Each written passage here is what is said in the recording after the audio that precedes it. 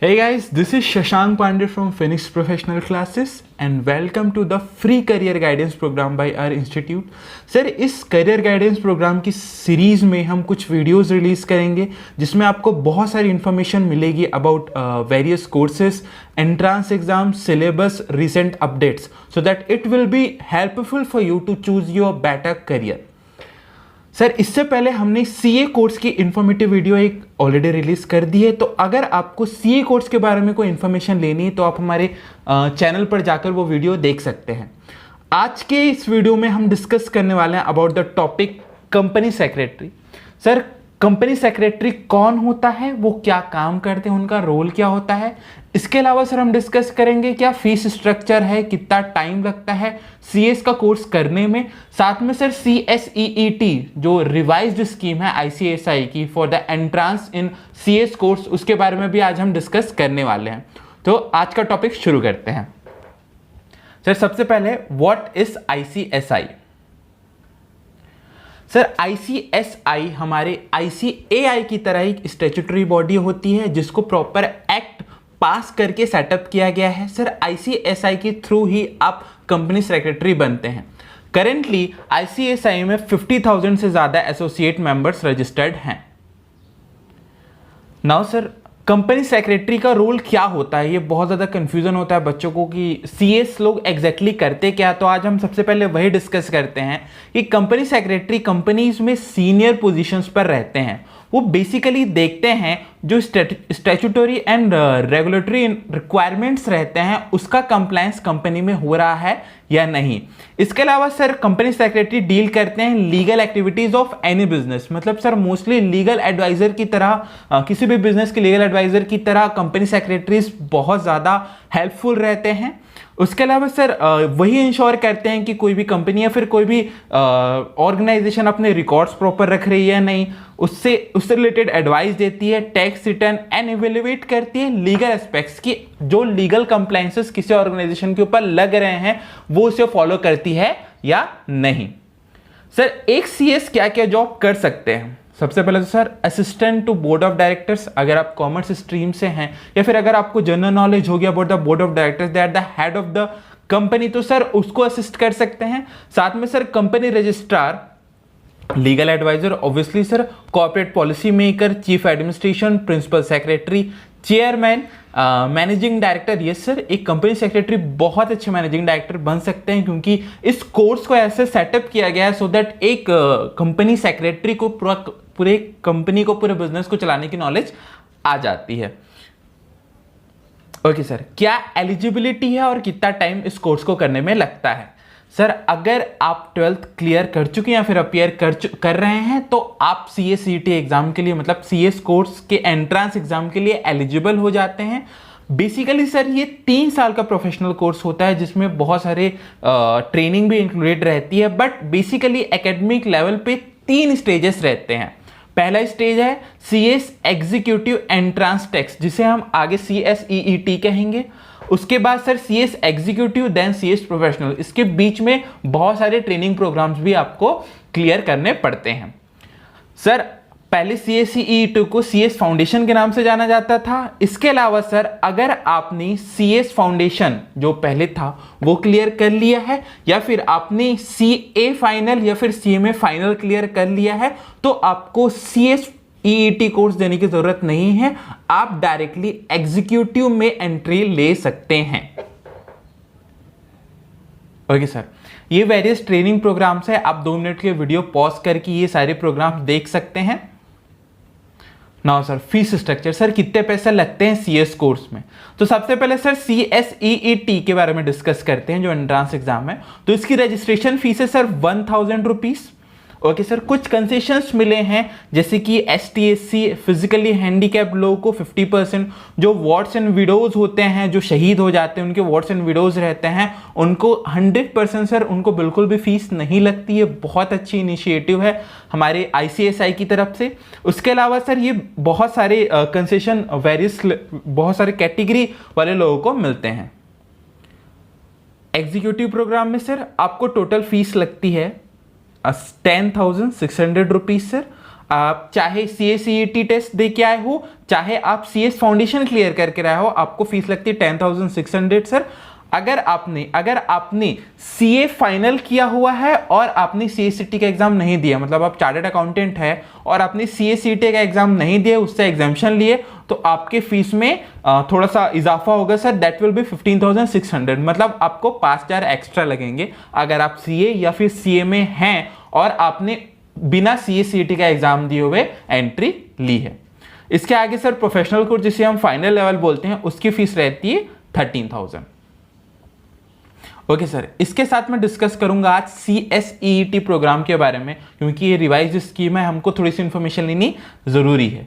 Sir सबसे पहले हम बात करते हैं अबाउट द टेस्ट। सर ये टेस्ट कंडक्ट होगा सिंगल डे में, मतलब सर सिर्फ एक दिन का टेस्ट होगा जिसमें आपको 120 मिनट्स मिलेंगे। सर आपको टोटल 4 सब्जेक्ट्स का एग्जाम देना पड़ेगा, business communication, legal aptitude and logical reasoning, economics and business environment and current affairs. Sir बहुत बहुत बेहतरीन तरीके से इस नए कोर्स को स्ट्रक्चर किया गया है। इसके अलावा सर आपको एक वाइवा का एग्जाम देना पड़ेगा 15 मिनट, जिसका टॉपिक रहेगा presentation and communication skills. Eligibility sir फिर से डिस्कस करते हैं, सेम चीज, अगर आप 12th क्लास का एग्जाम दे चुके हैं, पास हो चुके हैं, या फिर आप अपीयर कर रहे हैं। सर ये बहुत बड़ा रिसेंट चेंज आया हुआ है, जितने भी ग्रेजुएट्स या फिर पोस्ट ग्रेजुएट्स रहते हैं, पहले उनको एग्जामिशन मिल जाता था CA/CET टेस्ट से, मतलब CS फाउंडेशन के टेस्ट से, बट सर अगर आप ग्रेजुएट या पोस्ट ग्रेजुएट हैं तो भी आपको CSEET का एग्जाम देना ही पड़ेगा। ओके सर, अगेन एग्जाम्पशंस किसको मिलती है? ऐसे स्टूडेंट जो ऑलरेडी CS फाउंडेशन एग्जाम, मतलब ओल्ड स्कीम में CS फाउंडेशन का एग्जाम क्लियर कर चुके हैं और जो CA और CMA के फाइनल लेवल को क्लियर कर चुके हैं। ओके सर, CA/CET एग्जाम का पैटर्न क्या होगा?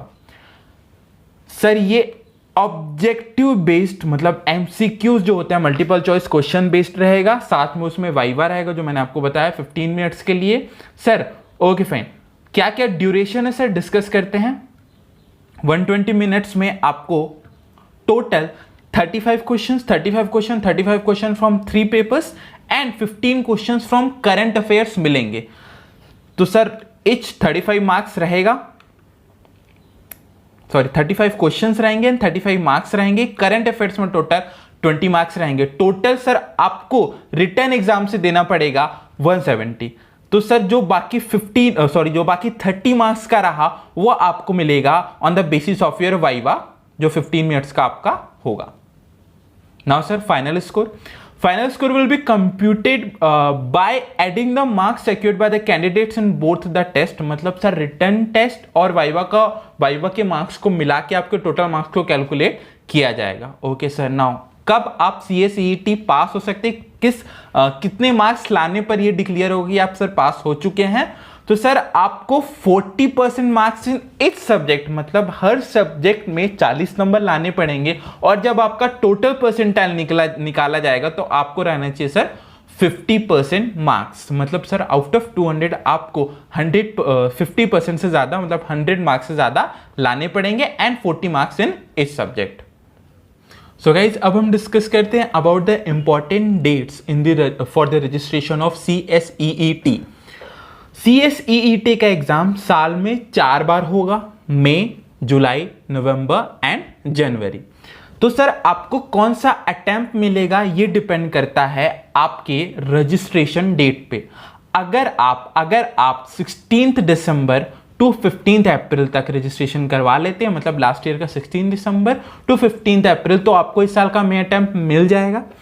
आगे सर अगर आप 16 अप्रैल से लेके 15 जून तक रजिस्ट्रेशन करवाते हैं तो आपको मिलेगा जुलाई अटेम्प्ट। नेक्स्ट सर अगर आप 16 जून से, मतलब नेक्स्ट स्लॉट 16 जून से 15 अक्टूबर तक का रजिस्ट्रेशन करवाते हैं तो आपको मिलेगा नवंबर attempt. And the last sir 16 अक्टूबर से लेके 15 दिसंबर तक अगर आप रजिस्ट्रेशन करवाते हैं, मतलब उस बीच में अगर आप रजिस्ट्रेशन करवाते हैं तो आपको नेक्स्ट ईयर का जनवरी अटेम्प्ट मिल जाएगा।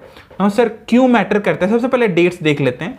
तो सर जिस मंथ में आपको अटेम्प्ट मिलेगा उस मंथ का सेकेंड या फिर थर्ड वीक में आपका एग्जाम होगा और रिजल्ट उसी मंथ के लास्ट वीक में डिक्लेयर हो जाएगा।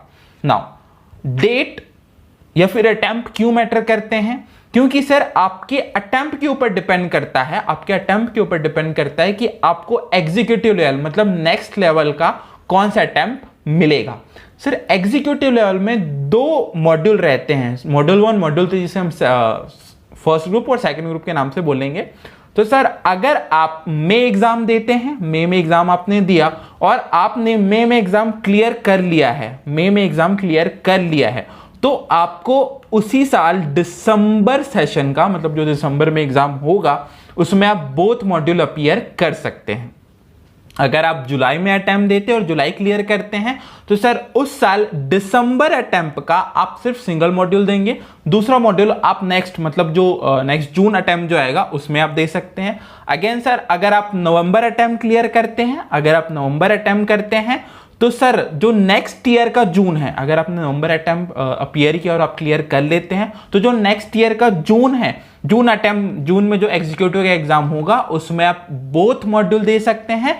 एंड अगर आपने जनवरी में एग्जाम क्लियर किया है तो जनवरी में उसी साल आपको जो जून अटेम्प्ट है उसमें आप सिंगल मॉड्यूल देंगे और अगला मॉड्यूल आप अगले अटेम्प्ट मतलब दिसंबर के अटेम्प्ट में दे सकते हैं। ओके सर, ये एक बार फिर से आप देख लीजिए अगर आपको फीस के बारे में इंफॉर्मेशन लेनी है कि CACET के एग्जाम में जो परसेंटेज में जो फीस में कंसेशन मिलता है, आप पॉज करके देख लीजिए। Okay sir, now sir this is the कितने कितने मार्क्स के कौन कौन से चैप्टर आएंगे और सर हर क्वेश्चन कितने मार्क्स का होगा।